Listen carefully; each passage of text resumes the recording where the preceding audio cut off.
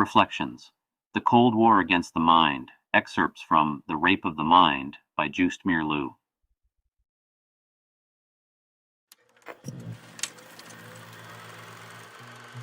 Hello, citizen.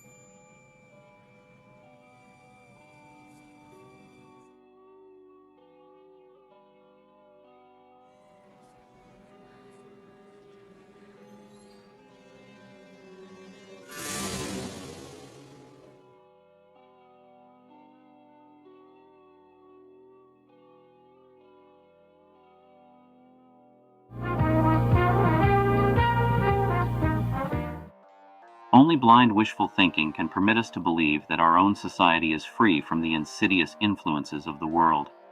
The fact is that they exist all around us, both on a political and a non-political level, and they become as dangerous to the free way of life as are the aggressive totalitarian governments themselves. Every culture institutionalizes certain forms of behavior that communicate and encourage certain forms of thinking and acting, thus molding the character of its citizens. To the degree that the individual is made an object of constant mental manipulation, to the degree that cultural institutions may tend to weaken intellectual and spiritual strength, to the degree that knowledge of the mind is used to tame and condition people instead of educating them, to that degree does the culture itself produce men and women who are predisposed to accept an authoritarian way of life. The man who has no mind of his own can easily become the pawn of a would-be dictator. It is often disturbing to see how even intelligent people do not have straight-thinking minds of their own. The pattern of the mind, whether toward conformity and compliance or otherwise, is conditioned rather early in life. In his important social psychological experiments with students, Ash found out in simple tests that there was a yielding toward an erring majority opinion in more than a third of his test persons, and 75% of subjects experimented upon agreed with the majority in varying degrees. In many persons, the weight of authority is more important than the quality of the authority. If we are to learn to protect our mental integrity on all levels, we must examine not only those aspects of contemporary culture which have to do directly with the struggle for power, but also those developments in our culture which, by dulling the edge of our mental awareness or by taking advantage of our suggestibility, can lead us into the mental death or boredom of totalitarianism. Continual suggestion and slow hypnosis in the wake of mechanical mass communication promotes uniformity of the mind and may lure the public into the happy era of adjustment, integration, and equalization, in which individual opinion is completely stereotyped. When I get up in the morning, I turn on my radio to hear the news and the weather forecast. Then comes the pontifical voice telling me to take aspirin for my headache. You need Anacin for fast relief. The big difference in Anacin makes a big difference in the way you feel. Minutes after taking Anacin, headache pain's gone, so tension's gone, irritability's gone, you're in control again. You see, Anacin is like a doctor's prescription. That is a combination of ingredients, the pain reliever most recommended by doctors. I have headaches occasionally, so does the world, and my headaches, like everyone else's, come from the many conflicts that life imposes on me. My radio tells me not to think about either the conflicts or the headaches. It suggests instead that I should retreat into that old magic action of swallowing a pill. Although I laugh as I listen to this long-distance prescription by a broadcaster who does not know anything about me or my headaches, and though I meditate for a moment on man's servility to the magic of chemistry, my hand has already begun to reach out for the aspirin bottle. After all, I do have a headache. It is extremely difficult to escape the mechanically repeated suggestions of everyday life. Even when our critical mind rejects them, they seduce us into doing what our intellect tells us is stupid. The mechanization of modern life has already influenced man to become more passive and to adjust himself to ready-made conformity. No longer does man think in personal values, following his own conscience and ethical evaluations. He thinks more and more in the values brought to him by mass media. Headlines in the morning paper give him his temporary political outlook. The radio blasts suggestions into his ears. Television keeps him in continual awe and passive fixation. Consciously, he may protest against these anonymous voices, but nevertheless their suggestions ooze into his system.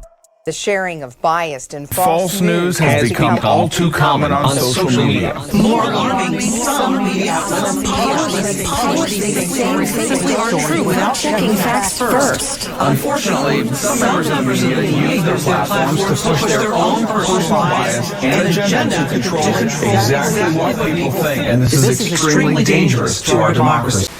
First there was green technology. Then there was sustainable.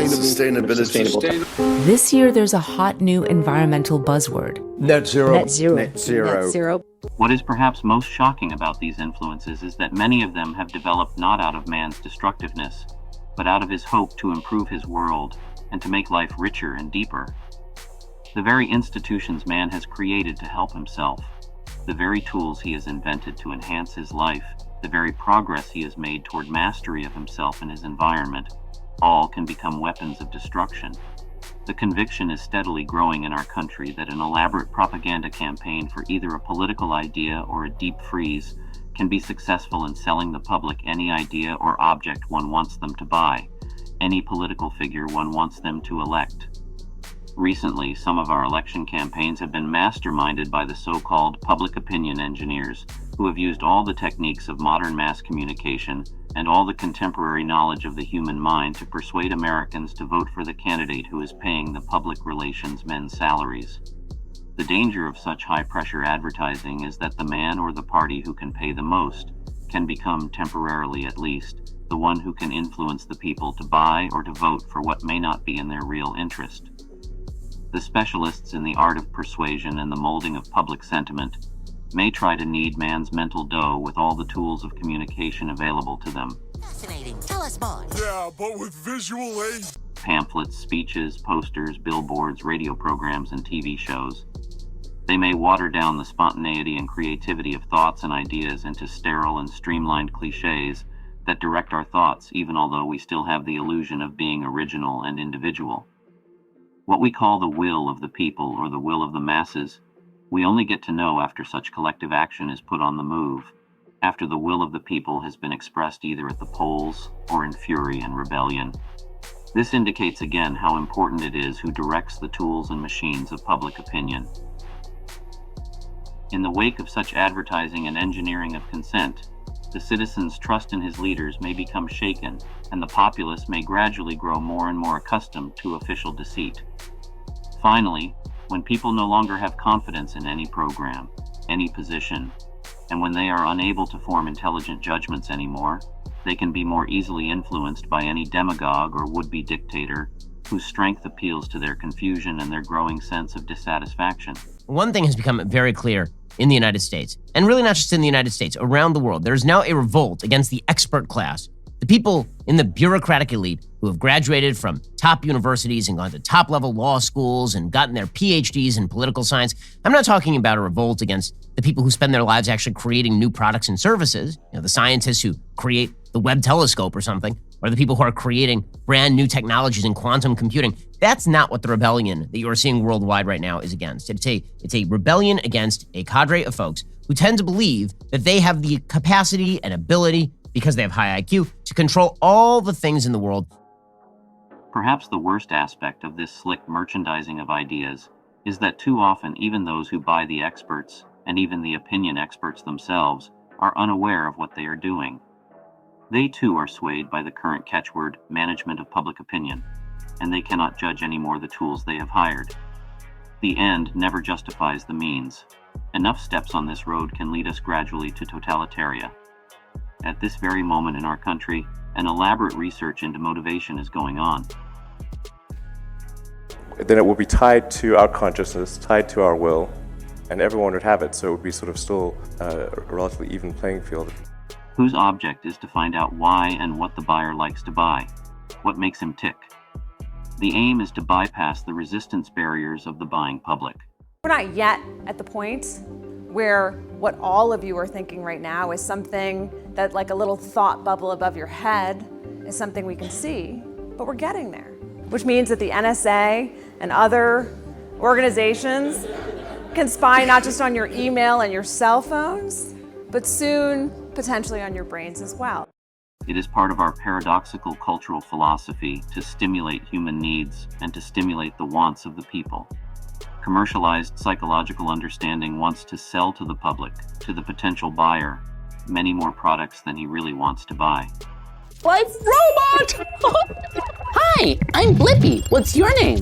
Hi, my name is Hans.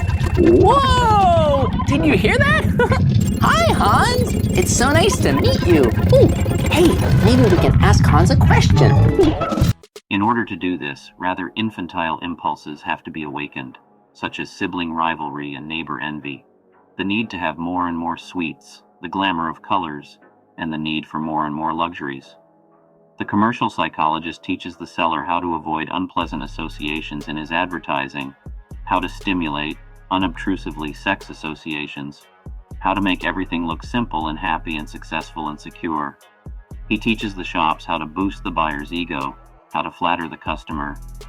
The marketing engineers have discovered that our public wants the suggestion of strength and virility in their products. A car must have more horsepower in order to balance feelings of inner weakness in the owner. A car must represent one's social status and reputation, because without such a flag, man feels empty. Advertising agencies dream of universitas advertensis, the world of glittering sham ideas, the glorification of mundus vult decipi, the intensification of snob appeal, the expression of vulgar conspicuousness, and all this in order to push more sales into the greedy mouths of buying babies. In our world of advertising, artificial needs are invented by sedulous sellers and buyers. Here lies the threat of building up a sham world that can have a dangerous influence on our world of ideas.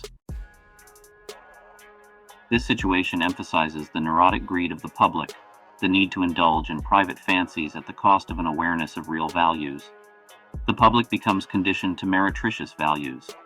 Of course, a free public gradually finds its defenses against slogans, but dishonesty and mistrust slip through the barriers of our consciousness and leave behind a gnawing feeling of dissatisfaction. After all, advertising symbolizes the art of making people dissatisfied with what they have. In the meantime, it is evident man sustains a continual sneak attack on his better judgment. In our epoch of too many noises and many frustrations, many free minds have given up the struggle for decency and individuality. They surrender to the zeitgeist, often without being aware of it. Public opinion molds our critical thoughts every day. Unknowingly, we may become opinionated robots, the slow coercion of hypocrisy, of traditions in our culture that have a leveling effect. These things change us. We crave excitement, hair-raising stories, sensation. We search for situations that create superficial fear to cover up inner anxieties. We like to escape into the irrational because we dislike the challenge of self-study and self-thinking. Our leisure time is occupied increasingly by automatized activities in which we take no part, listening to piped-in words and viewing television screens. We hurry along with cars and go to bed with a sleeping pill. This pattern of living in turn may open the way for renewed sneak attacks on our mind. Our boredom may welcome any seductive suggestion. Technology feeds on itself and it gets faster and faster. It's going to continue. In about 40 years, it's going to be moving so fast, the pace of change is going to be so astonishingly quick that you won't be able to follow it unless you enhance your own intelligence by merging with the intelligent technology we've created. The media has been a part of humanity since inception, and its duty is to inform, investigate, educate, and entertain. In recent years, the emergence of new media through technology is now a commonplace for people, blogs, and even some media houses to disseminate information without proper verification. The result is a propagation of fake news, which is causing disruptions in society and is now a threat to... Every human communication can be either a report of straight facts or an attempt to suggest things and situations as they do not exist. Such distortion and perversion of facts strike at the core of human communication. The verbal battle against man's concept of truth and against his mind seems to be ceaseless.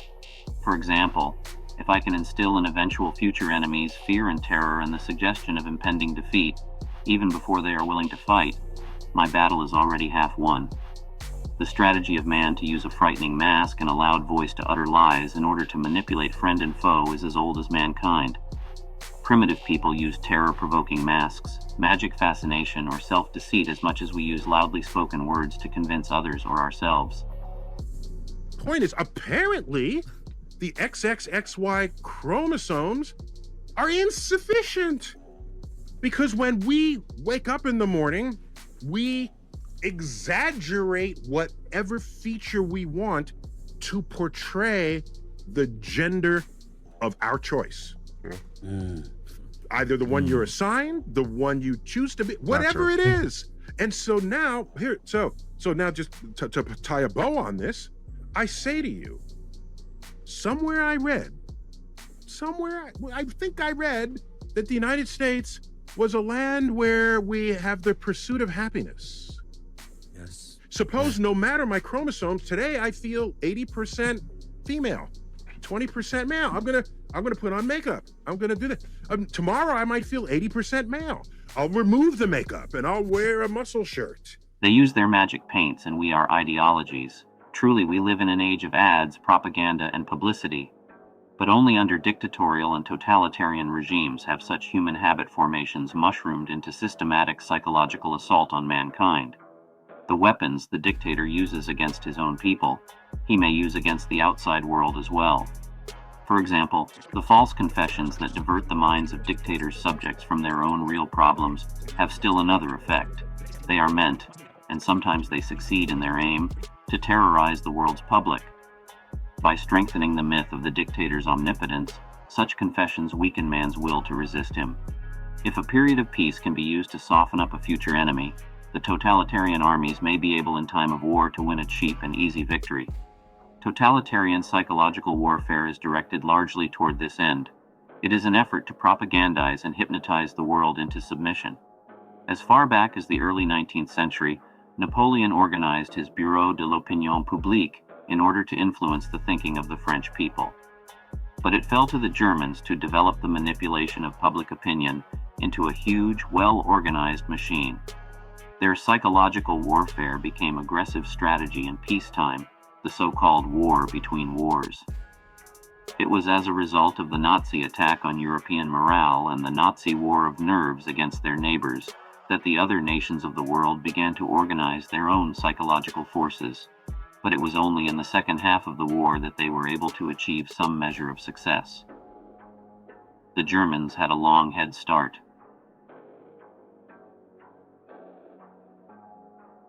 Hitler's psychological artillery was composed primarily of the weapon of fear.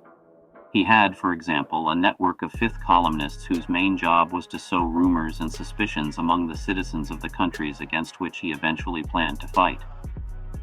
The people were upset not only by the spy system itself, but by the very rumor of spies. These fifth columnists spread slogans of defeat and political confusion. Why should France die for England? Fear began to direct people's actions. Instead of facing the real threat of German invasion, instead of preparing for it, all of Europe shuddered at spy stories, discussed irrelevant problems, argued endlessly about scapegoats and minorities. Thus, Hitler used the rampant vague fears to becloud the real issues, and by attacking his enemy's will to fight, weakened them. Not content with this strategic attack on the will to defend oneself, Hitler tried to paralyze Europe with the threat of terror, not only the threat of bombing, destruction, and occupation, but also the psychological threat implicit in his own boast of ruthlessness. The fear of an implacable foe makes man more willing to submit even before he has begun to fight. Hitler's criminal acts at home, the concentration camps, the gas chambers, the mass murders, the atmosphere of terror throughout Germany, were as useful in the service of his fear-instilling propaganda machinery as they were a part of his delusions. There is another important weapon the totalitarians use in their campaign to frighten the world into submission. This is the weapon of psychological shock. Hitler kept his enemies in a state of constant confusion and diplomatic upheaval. They never knew what this unpredictable madman was going to do next. Hitler was never logical, because he knew that that was what he was expected to be. Logic can be met with logic, while illogic cannot. It confuses those who think straight. The big lie and monotonously repeated nonsense have more emotional appeal in a Cold War than logic and reason. While the enemy is still searching for a reasonable counter-argument to the first lie, the totalitarians can assault him with another. Strategical mental shocks were the instruments the Nazis used when they entered the Rhineland in 1936 and when they concluded their non-aggression pact with Russia in 1939. Stalin used the same strategy at the time of the Korean invasion in 1950, which he directed, as did the Chinese and the North Koreans when they accused the United States of bacteriological warfare. By acting in this apparently irrational way, the totalitarians throw their logic-minded enemies into confusion. The enemy feels compelled to deny the propagandistic lies or to explain things as they really are, and these actions immediately put him in the weaker defensive position. For the galloping lie can never be overtaken. It can only be overthrown. The technique of psychological shock has still another effect. It may so confuse the mind of the individual citizen that he ceases to make his own evaluations and begins to lean passively on the opinions of others. Hitler's destruction of Warsaw and Rotterdam, after the armistice in 1940, a complete violation of international law, immobilized France and shook the other democratic nations. Being in a paralysis of moral indignation, they became psychologically ill-equipped to deal with the Nazi horrors. Just as the technological advances of the modern world have refined and perfected the weapons of physical warfare, so the advance in man's understanding of the manipulation of public opinion have enabled him to refine and perfect the weapons of psychological warfare. The continual intrusion into our minds of the hammering noises of arguments and propaganda can lead to two kinds of reactions. It may lead to apathy and indifference, the I don't care reaction, or to a more intensified desire to study and to understand. Unfortunately, the first reaction is the more popular one. The flight from study and awareness is much too common in a world that throws too many confusing pictures to the individual. We partnered with Google, for example. If you Google climate change, you will, at the top of your search, you will get all kinds of UN resources. We started this partnership when we were shocked to see that when we Googled climate change, we were getting incredibly distorted information right at the top. So we're becoming much more proactive. We own the science, and we think that the world, should know it, and the platforms themselves also do. But again, it's a huge challenge that I think all sectors of society need to be very active in. For the sake of our democracy based on freedom and individualism, we have to bring ourselves back to study again and again. Otherwise, we can become easy victims of a well-planned verbal attack on our minds and consciences. We cannot be enough aware of the continual coercion of our senses and minds, the continual suggestive attacks which may pass through the intellectual barriers of insight. Repetition and Pavlovian conditioning exhaust the individual and may seduce him ultimately to accept a truth he himself initially defied and scorned. We have created a perfect civilization, but it took all of our strength, determination, and courage to get there. In order for our people to reach their full potential, we had to remove the weak from our society. It was a long and difficult process. When it was over, our population was cut in half. But what emerged from the ashes was unstoppable.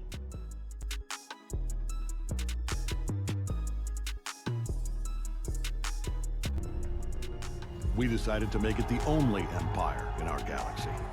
Once I was old enough, I joined the war effort. It was hard, but I believe in our cause. Some species resisted, of course, but no one could withstand us for long. The totalitarians are very ingenious in arousing latent guilt in us by repeating over and over again how criminally the Western world has acted toward innocent and peaceful people. The totalitarian may attack our identification with our leaders by ridiculing them, making use of every man's latent critical attitude toward all leaders. Sometimes they use the strategy of boredom to lull the people to sleep. They would like the entire Western world to fall into a hypnotic sleep under the illusion of peaceful coexistence. In a more refined strategy, they would like to have us cut all our ties of loyalty with the past, away from relatives and parents. The more you have forsaken them and their so-called outmoded concepts, the better you will cooperate with those who want to take mental possession of you. Every political strategy that aims toward arousing fear and suspicion tends to isolate the insecure individual until he surrenders to those forces that seem to him stronger than his former friends. And last but not least, let us not forget that in the battle of arguments, those with the best and most forceful verbal strategy tend to win.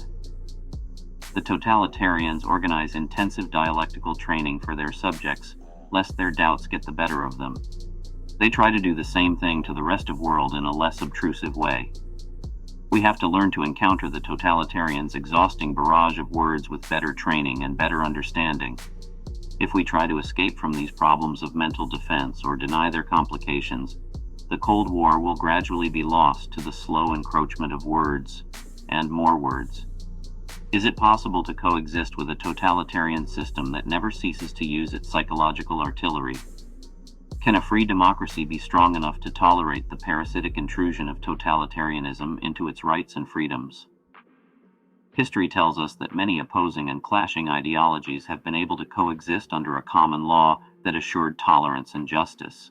The Church no longer burns its apostates.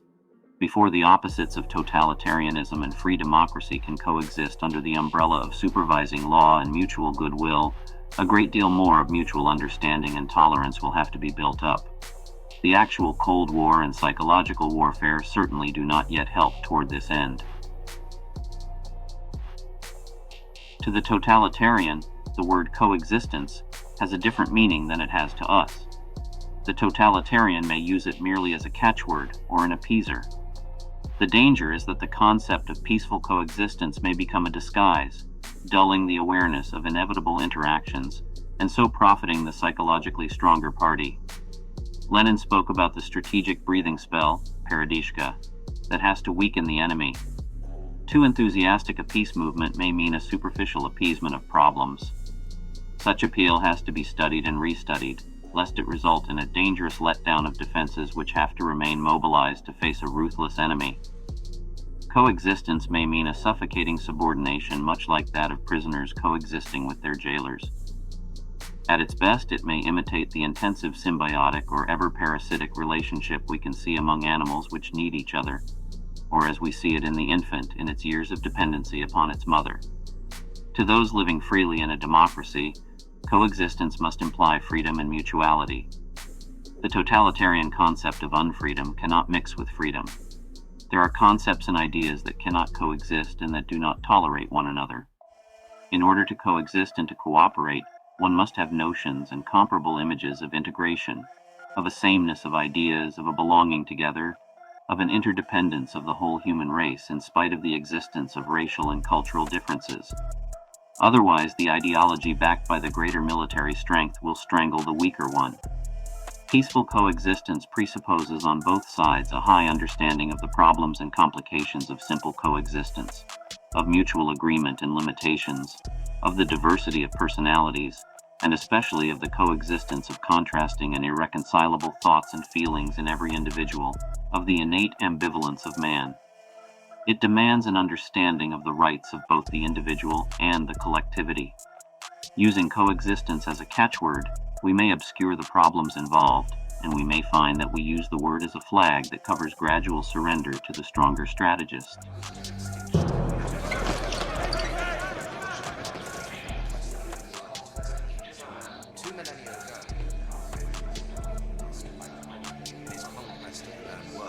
Alexander the Great slaughtered more than 1 million human beings. 3 centuries later, pure genocide. Gaius, Germanic by Caligula, murdered his own sister, impregnated his own child. The 11th.